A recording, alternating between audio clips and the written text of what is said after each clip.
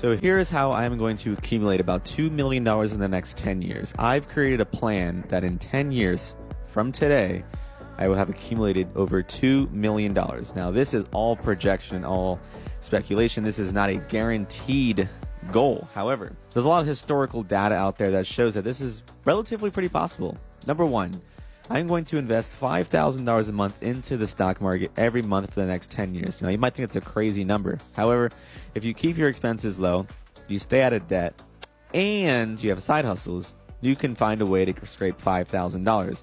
Obviously, you have to have a very high income and very low expenses to do so. However, that's the way I'm going to do it, right? I'm going to sacrifice for the next 10 years till you accumulate about $2 million. Now, $5,000 a month is $60,000 a year. For 10 years, that's only $600,000. Well, how am I going to get to $2 million? Well, there's a reason why we're going to do this. I'm going to invest super heavy into high-flying growth tech stocks that are going to explode my portfolio over the next 10 years. Think about the biggest and brightest companies in the world: Apple, Microsoft, Google, Amazon, right? You have these huge companies. Look at the 10-year growth for the last 10 years on them, right? If you take an average of the last 10 years of all those growth stocks, it's at least 20 to 25% on average, right?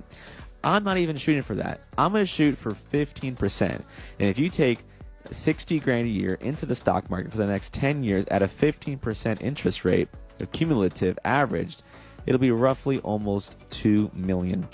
And so that's how I'm going to do it this year. Obviously, it is all projection and it's not guarantee, and past performance is no guarantee of future performance. However, that is my goal. I want to hear what your goal is.